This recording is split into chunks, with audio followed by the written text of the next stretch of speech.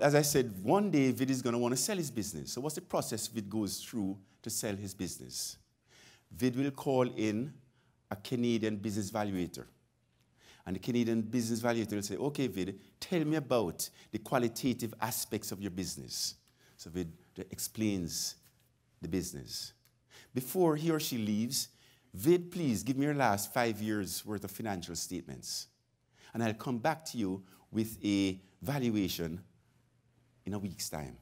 So in a week's time, the valuator comes back and says, okay, Vid, I have a valuation for you. In the interim week, what did I do? I went and I searched through the TSX to find a business similar to yours, Vid, and I found it. If your business was traded on the TSX, Vid, it would trade at 10 times earnings.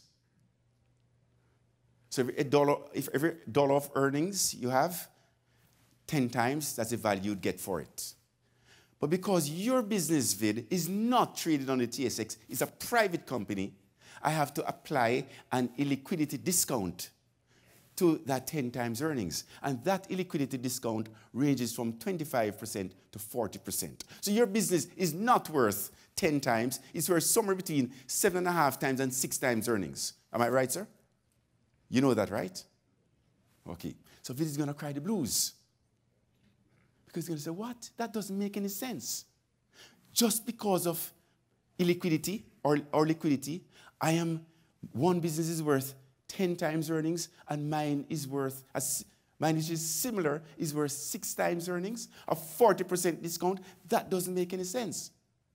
I'm sorry, sir, but that's how valuations are done. We have to apply an illiquidity discount.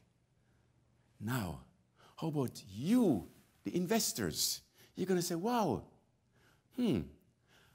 I have a choice. I can go and I can buy this type of business on a TSX. And in so doing, it's going to cost me 10 times earnings, right? So for every dollar of earnings, $10. Or I can go and buy the same quality business from Vid, buy a part of his business. And I'm going to pay 6 times earnings. If you pay $10 for a dollar of earnings, it's a 10% return, earnings yield. If you pay $6 for a dollar of earnings, it's a 16.7% yield, right? What's the incremental risk? Any? No, just illiquid. It's just illiquid. So now the question is, what is the difference between 10 and 16.7 over the long run? That's the question. So if you take $100,000, invested at 10% for 40 years, you'll have $4.5 million.